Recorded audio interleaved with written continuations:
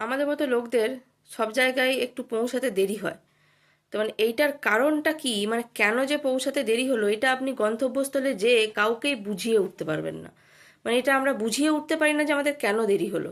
মানে আমরা কিন্তু ইচ্ছে করে ঘর থেকে দেরি করে বেরোই না, বা ঘরের কিছু কাজ, নিজের কাজ কমপ্লিট করতে যে ইচ্ছে করে দেরি করে বেরোচ্ছি সেটা কিন্তু নয়। আমরা কিন্তু রেডি হয়ে যথাসময়ে বেরোনোর চেষ্টা করি, কিন্তু আমাদের সঙ্গে এমন কিছু ঘটনা ঘটে যেই জন্য আমরা সবসময় গন্তব্যস্থলে দেরি করে পৌঁছাই। মানে এইগুলো এইগুলো কাউকে বলে বোঝানো যাবে না। যেমন ধরুন, আমি সবসময়তে বেরোতে যাব, ঠিক দরজার কাছে রেডি হয়ে যেই দরজার কাছে অবধি যাব, তখনই কেউ একটা ফ্যাচ করে হেঁচে দেবে পিছন দিকে। মানে কোনো কারণ নেই, সর্দি নেই, কিছু নেই, ঠিক যাওয়া বেড়াতে যাবো তখনই তার ফ্যাচ করে হাঁচতে হবে। ব্যাস হয়ে গেল। তখন বেরোতে পারবো না, আর তখন আর বেরোতে মন যায় না, তখন মনে হয় 5 মিনিট বসে তারপরে বেরোবো। ওই 5 মিনিট বসলাম, তাহলে ওখানে 5 মিনিট গেল। আবার হয়তো দরজার থেকে বেরোলাম, একটুখানি যাব, পাড়ার মোড়টা পেরাবো, তখনই ঠিক পিছন থেকে একটা কেউ কেউ কি গো, কেমন আছো। সারা দিনে সারা সময় আর কখনো খোঁজ নেওয়ার সময় থাকে না। যখনই কোথাও বেরোতে যাব তখনই পিছন থেকে যাবো, কি গো, কেমন আছো, গোষ্ঠীর খবর তখনই নিতে হবে। ওই পিছনে ডেকে দিল, আর তো এগোনো যাবে না, তখনই আমাদেরকে ওখানে দাঁড়াতে হয় আরো 10 মিনিট। কিছু করার নেই, মন নইলে খুচখুচ খুচখুচ করতে থাকবে।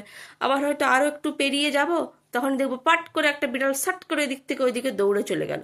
বিড়ালটা আর বেরোনোর জায়গা পায় না, যখনই আমি একটু এগিয়ে যাব তখনই সাট করে বিড়ালটা এদিক থেকে ওইদিকে চলে যাবে।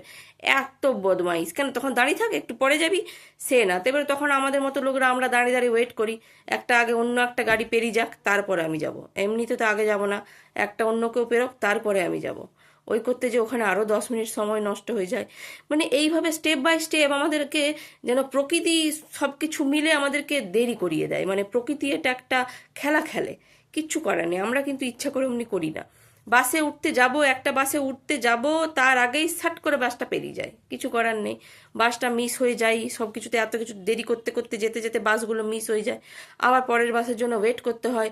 পরের বাস এমন এত ভিড় আসে যেখানে উঠা যায় না। মানে আমাদের ধরুন একটু স্বাস্থ্যবান মানুষ, আমরা একটু তো জায়গা চাই, ওঠা যায় না, এমন এত ভিড় বাস আসবে। অন্য সারাদিন দেখবো সবসময় খালি বাস থাকে, কিন্তু আমরা যেই টাইমে যেতে যাব সেই টাইমে ভিড় বাস আসবে। ওই বাসে আর ওঠা যায় না, ওই করে সেইটাও মিস হয়ে যায়। তো একটু খালি বাসের জন্য ওয়েট করতে হয় বসে বসে, সেই ক্ষেত্রেও একটু লেট হয়ে যায়, কিচ্ছু করার নেই। বাসে উঠে আবার বাসে নামে আবার কোনো হয়তো পায়ে হেঁটে যাব, তখন দেখবো ঠিক কাদা জলে পা দিয়ে দেবো।